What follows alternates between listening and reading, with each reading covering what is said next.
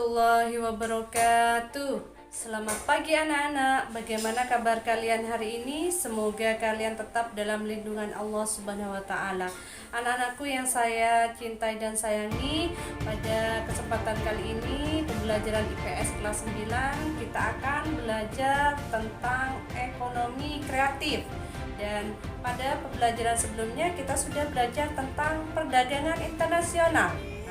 Sekarang ini kita akan belajar lebih jauh lagi apa saja yang ada di perdagangan internasional ini. Tapi sebelum itu kita akan mengetahui bagaimana sih tujuan pembelajaran kita hari ini.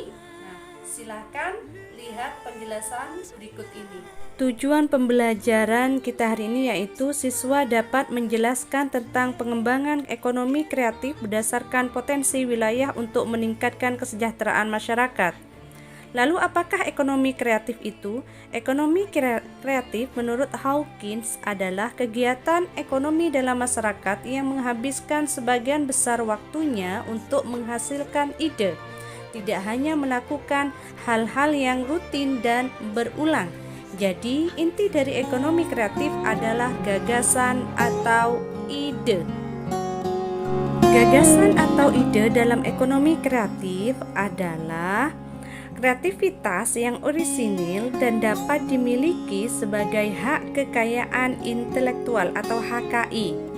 Dan mengapa ekonomi kreatif penting dibangun di Indonesia? Yang pertama, memberikan peluang ekonomi yang signifikan. 2, dapat menciptakan iklim bisnis yang positif. 3, berpotensi menciptakan inovasi dan kreativitas.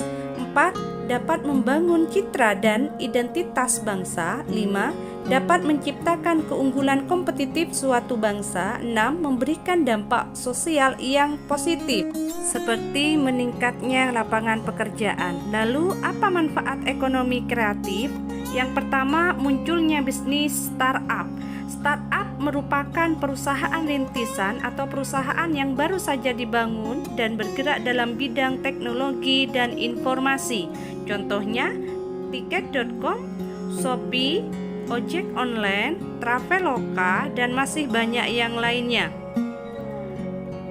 2, percepatan inovasi. 3, bisnis menjadi lebih kompetitif. 4, menciptakan manusia kreatif. Berikut adalah contoh dari manusia kreatif. Salah satu pemuda dari Jawa Tengah berhasil membuat kerajinan dari bahan ban bekas dirubah menjadi produk yang berkualitas seperti tempat pensil, tempat buku, dompet, dan produk-produk tersebut tembus ke pasar Eropa. Patut kita contoh ya anak-anak. 5, meningkatkan kualitas produk. 6, membuka lapangan kerja. 7, pertumbuhan ekonomi.